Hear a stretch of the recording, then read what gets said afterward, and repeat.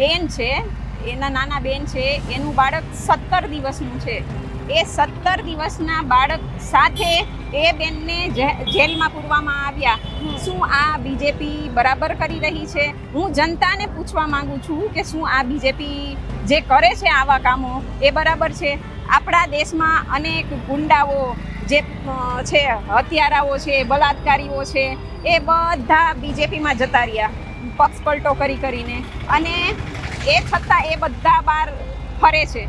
અને ચેતર વસાવા જે આદિવાસીઓ માટે, જમીન માટે, જંગલ માટે અવાજ ઉઠાવે છે, એમને જેલમાં પૂરી દીધા. 7 વર્ષની જેલ કરી દીધી. ભારતની જનતાને, કોઈ પાર્ટી નહીં, કોઈ સંગઠન નહીં, ભારતની જનતાને હું એવું કહેવા માંગુ છું કે તમે જાગો, નહીં તો છે ને જેવી રશિયામાં પછી ચાઇનામાં તાનાશાહી છે ને, એવી તાનાશાહી ભારતમાં હશે. હવે જે ડિલિમિટેશનની તૈયારી કરે છે ભાજપ, એ ડિલિમિટેશન છે ને એ ભારતમાં લાગુ થઈ જશે જો 2/3 બહુમત મળી જશે તો. એમને ટીએમસીના સાંસદો તોડ્યા, આપના તોડ્યા, એ શેના માટેની તૈયારી છે? ડિલિમિટેશન માટેની તૈયારી છે. આમ આદમી પાર્ટીના નેતા ચૈતર વસાવા, તેમના પત્ની સહિત જે બીજા 9 જેટલા લોકો છે, એ લોકોને વનકર્મી પર હુમલો થયા હોવાના કેસની અંદર દોષિત જાહેર કરવામાં આવ્યા છે. અને આજે જૂનાગઢ ખાતે તેમના જ સમર્થનમાં વિસાવદરના ધારાસભ્ય ગોપાલ ઇટાલિયા સહિત આમ આદમી પાર્ટીના જે નેતાઓ છે, એ લોકો દ્વારા આખી એક રેલી કાઢવામાં આવી હતી.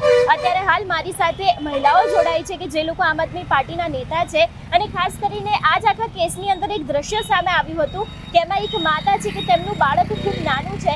આજે આ જ વિષયને લઈને ચર્ચા કરવી છે. તમારું નામ શું છે? મારું નામ આરતી. હું આમ આદમી પાર્ટી ગુજરાત મહિલા વિંગના પ્રદેશ સંગઠન મંત્રી છું. મારે એ કહેવાનું છે કે જે ચેતરભાઈ વસાવાને તો જેલમાં પૂર્યા છે આદિવાસીઓના અધિકાર ઉઠાવવા બદલ, પરંતુ એમના બેન છે, એના નાના બેન છે, એનું બાળક 17 દિવસનું છે. એ 17 દિવસના બાળક સાથે એ બેનને જેલમાં પૂરવામાં આવ્યા. શું આ બીજેપી બરાબર કરી રહી છે? હું જનતાને પૂછવા માંગુ છું કે શું આ બીજેપી જે કરે છે આવા કામો એ બરાબર છે?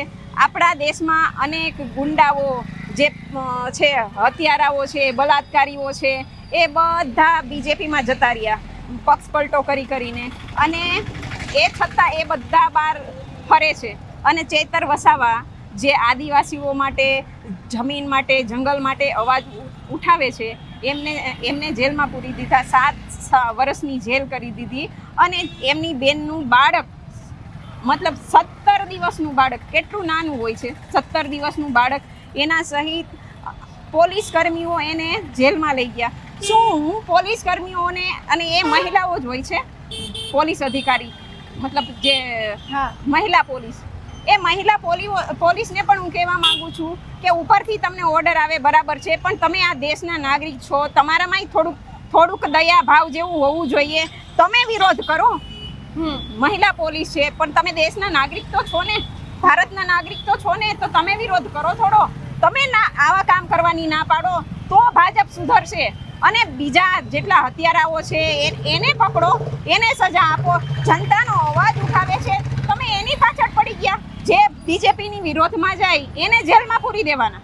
એટલે શું જનતાના કામો કરવા નથી? શિક્ષામાં કાંઈ નથી, સ્વાસ્થ્યમાં કાંઈ નથી. ગુજરાતનું શિક્ષણ આખા દેશમાં તમે જોઈ લો કેટલામાં નંબર ઉપર છે.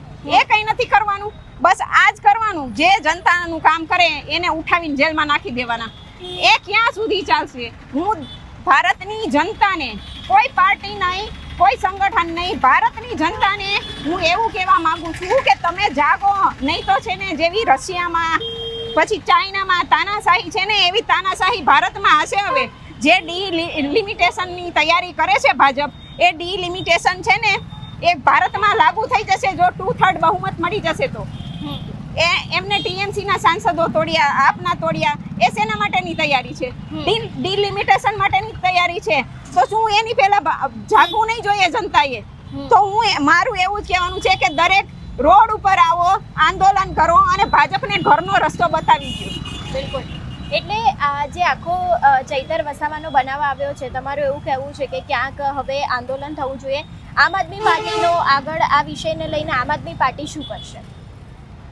ચેતર વસાવાને એમાંથી બહાર કાઢવાની પૂરી આમ આદમી આદમી પાર્ટીની પૂરી તૈયારી છે. આંદોલન એનું ચાલુ થઈ જ ગયું છે. ઉપરી લેવલે જે વકીલો આ તે બધા પોતાનું કામ કરે છે અને ચૈતર વસાવા બહાર આવશે જ.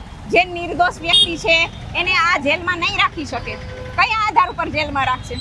પુરાવા મળ્યા છે ને પણ એમની સામે એ બધું એમનું છે. એના સાક્ષી સરકારી, લોયર સરકારી, હા. બધા એના ચૈતર વસાવાના વિરોધના સરકારી. આ પહેલો કેસ નથી, આવો ભાજપનો પહેલો કેસ નથી. ઇતિહાસ જનતા પોતે જોવે, યુટ્યુબ ઉપર બધું અવેલેબલ છે. ગુજરાતમાં વર્ષો પહેલા હરેન પંડ્યા મર્ડર હતું, એમાં શું હતું? બધું સરકારી. પછી પેલો ભટ્ટ કરીને કોઈ હતા, એ ભટ્ટ એમને જેલમાં નાખ્યા, એમાં બધા સરકારી. પેલા જ્યારે ભાજપ માટે કામ કરતા હોય ત્યારે કોઈ પ્રોબ્લેમ નથી થતો, અને જેવા ભાજપનો નરેન્દ્ર મોદી ને અમિત શાહનો વિરોધ ચાલુ થાય એટલે બધા જેલમાં. બિલકુલ. એટલે જે રીતે આજે આપણે આમ આદમી પાર્ટીના જે મહિલા નેતા છે એમની સાથે વાતચીત કરી, એમનું એવું કહેવું છે કે ક્યાંક અત્યારે હાલ આની પાછળ ભારતીય જનતા પાર્ટીનો હાથ છે એવા આક્ષેપો એમના દ્વારા મૂકવામાં આવ્યા છે. આ વિષયને લઈને તમારું શું માનવું છે અમને કમેન્ટ કરીને ચોક્કસથી જણાવજો. તેની સાથે અમારી ચેનલ નિર્ભય ન્યૂઝને લાઇક, શેર અને સબસ્ક્રાઇબ કરવાનું ભૂલશો નહીં. નમસ્કાર.